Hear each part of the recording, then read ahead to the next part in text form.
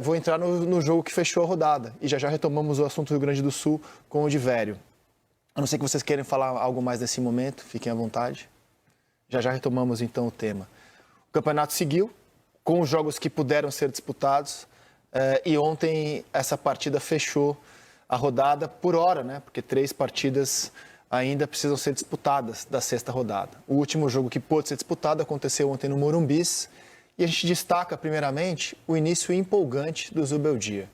Vocês acham que é exagero falar que esse início de resultados e futebol e rendimento é empolgante desse São Paulo, já rodando os melhores momentos? Não, eu acho que se conversar com qualquer São Paulino, inclusive, né, o Zambolino está quase enlouquecido, né, porque é um início bom. Eu acho que vale a pena ressaltar alguns detalhes, né.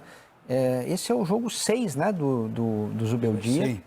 E nós estamos falando de 5 vitórias, 1 empate e 6 times diferentes. 6 formações diferentes. 6 formações diferentes. Ele não conseguiu e não quis também, né? Ele foi se adaptando aos adversários. Esse é um jogo que ele, obviamente, ele estudou o Fluminense e tentou pegar onde o Fluminense é mais frágil, né? Que é justamente no que ele também é mais forte, que é a saída de bola, né?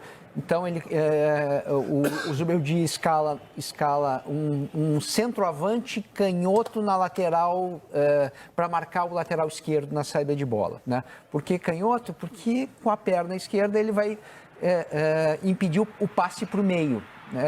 Coloca, talvez, um jogador que a torcida mais pega no pé, que é o Juan, né, o centroavante, mas é um cara de desarme, é um cara de abafa. Então, assim, ele escalou para isso. O jogo que a gente viu é um jogo que reflete um pouco a escalação do Zubeldia. O Diniz, pelo outro lado, também sabia contra quem ia jogar e, acho que pela primeira vez no ano, né, ele deixa os seus veteranos fora, né? Ele botou gente jovem, ele sabia que ia ser uma correria danada e tentou acompanhar o ritmo de São Paulo com os jogadores mais jovens. Está lá Felipe Melo no banco, Marcelo no banco, Cano no banco, quer dizer, então foi um jogo que começa antes dele começar, né? Nas escalações, no jeito de jogar. E o São Paulo foi melhor. São Paulo conseguiu, nessa estratégia, abafar, consegue seus gols justamente quando o Fluminense está tentando ou recuar para o Fábio ou sair jogando.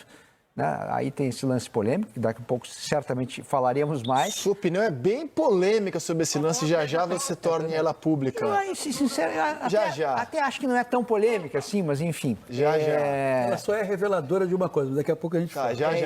O gol foi revisto pelo VAR, né? O Daronco foi observar a cena e entendeu que foi falta.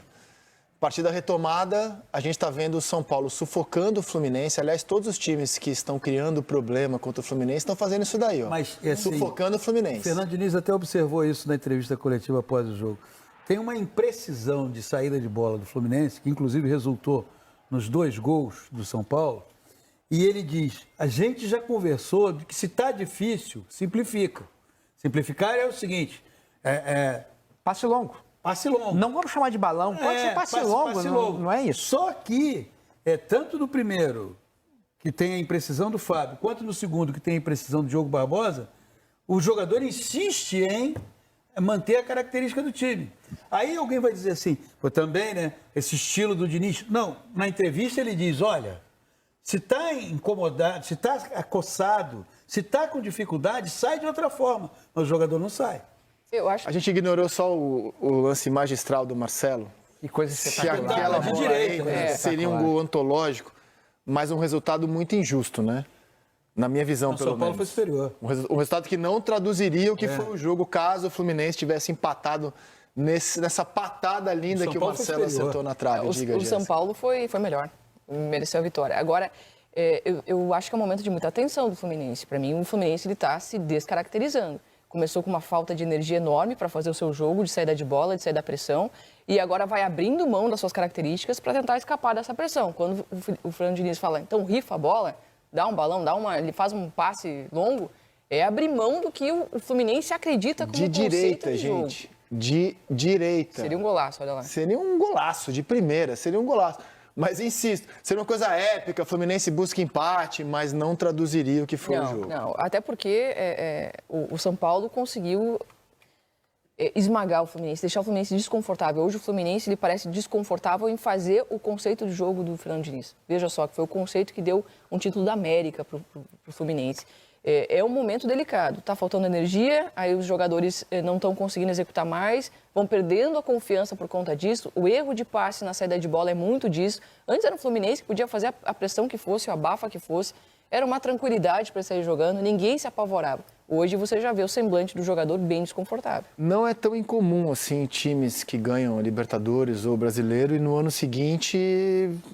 O cara chega no máximo, né? Não é incomum. Acho que é cedo para dizer que o ano do Fluminense está perdido. Já tem um título. Não podemos esquecer que o Fluminense disputou 2 competições. Uma local, e aí não chegou à final, mas disputou uma competição internacional e foi campeão. Vai se classificar na Libertadores, tudo Sim, indica, já tem está, 2 jogos em casa. classificado a próxima fase da Copa do Brasil, porque no primeiro jogo venceu o Sampaio Corrêa por 2-0. Virtualmente classificado na Copa do Brasil. E o brasileiro está no Z4 após 6 rodadas. E poucos pontos ainda. Mas assim, o rendimento do Fluminense é um assunto. E já entraremos nele. Isso, até que você falou no máximo 6 rodadas, eu acho que esse campeonato, pelo desenho, em função do que está acontecendo, nós vamos ter que ter um outro olhar para esse campeonato. Porque a gente tem aí já 2 rodadas sem Grêmio, Juventude Internacional terem atuado, mas sem quem eles iriam enfrentar também terem atuado. Então, o nosso olhar para a tabela vai ter que relativizar muita coisa.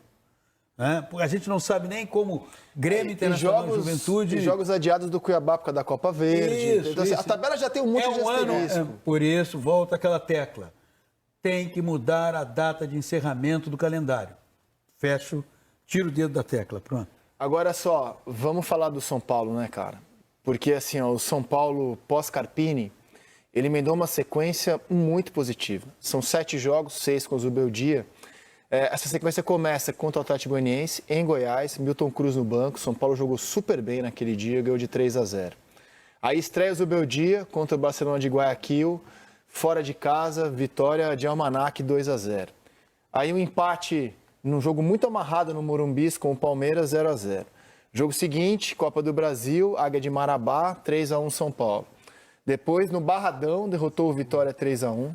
Derrotou o Cobressal no Chile, resultado que classificou o São Paulo matematicamente já para a próxima fase da Libertadores. E agora a partida contra o Fluminense. Então, pós-Carpini, são 7 jogos, 6 vitórias, 1 empate, 16 gols marcados, 4 gols sofridos. A era Zubeldia começa do Barcelona para baixo. É que o Zubeldia estava assistindo aquele jogo. Ele estava lá, estava em cima. Né? São 13 gols marcados. Quer dizer, uma das coisas... Eu, assim, independentemente da fase pela qual passa o Fluminense, eu gostei muito do jogo. Achei o jogo um dos melhores jogos desse fim de semana do Campeonato Brasileiro. E a saída de campo, o Arboleda entrevistado, ainda na transmissão, ele falou assim, não, tem uma coisa que a gente às vezes minimiza porque conosco não acontece, mas me parece que no futebol é algo muito comum. O Arboleda diz mais ou menos assim, então recuperamos a confiança de jogar. Eu não sei se muitas vezes, quando a figura do técnico está fragilizada e a reta de chegada do Carpini, você tinha ali uma figura fragilizada, aquele jogo contra o Flamengo no Maracanã, o São Paulo chegou com aquele jogo, todo mundo dizendo, não, o Carpini já caiu. É só, quando der 11h35 da noite, ele já não vai ser mais técnico do São Paulo. São Paulo foi um time que não competiu naquela partida. Até quando faz o seu gol, ganha um pouco de fôlego. E de lá para cá, e me parece que isso é muito importante no futebol, e por isso talvez nossos companheiros de comentários, ex-jogadores, usem muito essa palavra, confiança. Porque o que você vê é um time... Mas além disso, dá para ver também um time organizado. Não adianta ter só confiança, com as ideias que o treinador prometeu, né? Isso eu acho bem interessante. O treinador meio que prometeu jogar de um jeito e o São Paulo está jogando de acordo com o que ele acredita. E quando a gente olha a LDU do Zubeldia, tinha um modo de jogar. Mas o Zubeldia do São Paulo ele vai se adaptando a cada rodada ao adversário. Isso é bem interessante da gente ver, porque mostra o domínio que o treinador tem sobre as características do seu grupo, sobre o conhecimento do futebol. e o quanto ele é capaz de interferir numa partida. E eu acho que o treinador tem muita interferência no jogo. Ele tem a capacidade